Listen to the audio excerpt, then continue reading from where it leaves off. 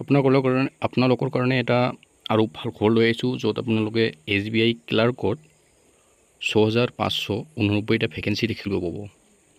এইবিলাক এটা বহুত মানে ভাল খবৰ, বহুত মানে ভাল লগা মানে এটা নিউজ, য'ত আমি ৰিকুৱাৰমেণ্ট দেখিবলৈ পাইছোঁ যে ষ্টেট বেংক অফ ইণ্ডিয়াৰ পৰা কিমানখিনি ভেকেঞ্চি দেখিবলৈ পাইছে।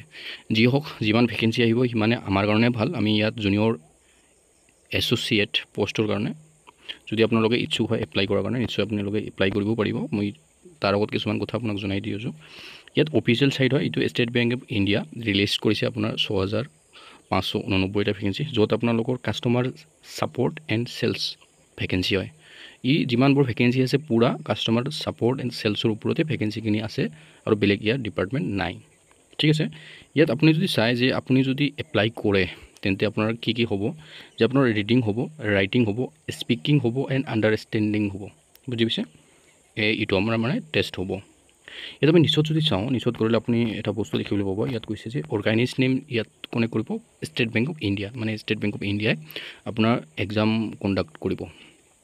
আৰু পষ্টৰ কথা আপোনাক মই ক'লোঁ, name of post north eastern ষ্টেটৰ কথা কৈছে। ইয়াত 329টা ভেকেঞ্চি আপোনাৰ নৰ্থ ইষ্টাৰ্ণ ষ্টেটত দিয়া আছে। এতিয়াতো অসমত আমি চাওঁ যে আপুনি ইয়াত 176 ভেকেঞ্চি দেখিব পাব।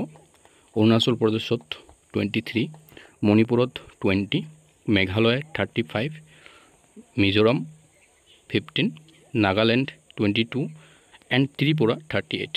তো এতিয়া আপুনি যদি এইকেইটা ডিষ্ট্ৰিক্টৰ পৰা বিলং কৰে তেন্তে আপোনাক ৰিকুৱেষ্ট ৰাখিলোঁ যে আপুনি নিশ্চয় জনাব কমেণ্ট কৰি। আৰু যদি আপুনি নজনায় তেন্তে আপুনি এক্সাম চেণ্টাৰ কেনেকৈ চুজ কৰিব, ইয়াত এক্সাম চেণ্টাৰ ক'ত ক'ত দিয়া আছে চাওক। আপোনালোকৰ ডিব্ৰুগড়, গুৱাহাটী, যোৰহাট, শিলচৰ এণ্ড তেজপুৰত আপোনাৰ এইকেইটা এক্সাম চেণ্টাৰ।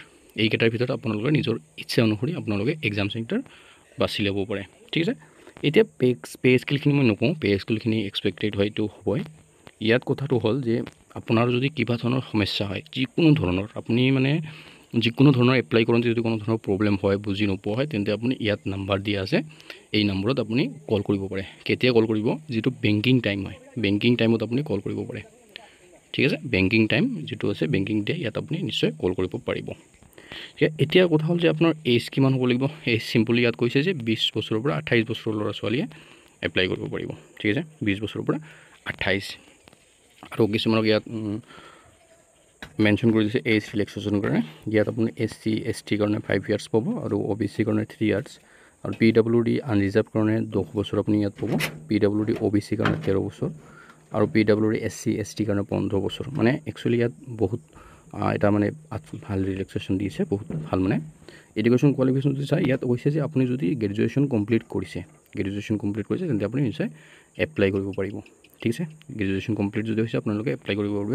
আৰু এটা কথা, ইম্পৰ্টেণ্ট কথা ইয়াত কৈছে যে আপুনি যদি ফাইনেল ইয়াৰত হয়, ফাইনেল ইয়াৰ গ্ৰেজুৱেশ্যনৰ ফাইনেল ইয়াৰত হয়, তেন্তে আপুনি তথাপি এপ্লাই কৰিব পাৰিব। বুজি পাইছে?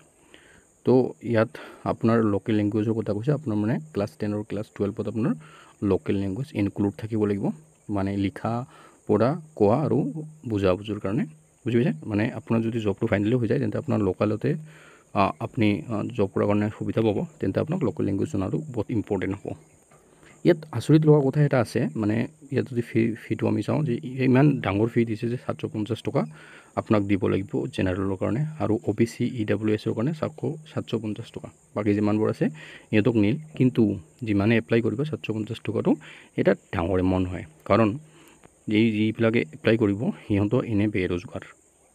ঠিক আছে, মই ইমানখিনি নকওঁ, তথাপি মানে মোক বেছি লাগিছে। যি হওক, আপোনালোকে নিশ্চয় কৰিব। আজিকালি পইচা এনেকুৱা ধৰণৰ কুৱেশ্যনটো নাহে, তেন্তে এপ্লাই কৰিব। তেন্তে আপুনি যদি লাষ্ট ডেট ইয়াত চাওঁ, ইম্পৰ্টেণ্ট লাষ্ট ডেট ইয়াতে চাওঁ, ষ্টাৰ্টিং ডেট হ'ল 6 আগষ্ট, আৰু লাষ্ট ডেট আপোনাৰ যদি হ'ল 26 আগষ্ট। ইয়াৰ আগতে আপুনি নিশ্চয় এপ্লাই কৰি ল'ব। আৰু ইয়াত প্ৰিলিমিনাৰী এক্সামিনেশ্যন ডেট দিছে, ছেপ্টেম্বৰত হ'ব, আৰু মেইন এক্সামখিনি আপোনাৰ হ'ব নৱেম্বৰত। সেইকাৰণে বেছি সময় আপোনাৰ ওচৰত নাই। মই আপোনাক এটা কথা কৈয়ে থাকোঁ যে আপুনি যিমানে সম্ভৱ তৈয়াৰী কৰি থাকক। তো আজিলৈ ইমানে।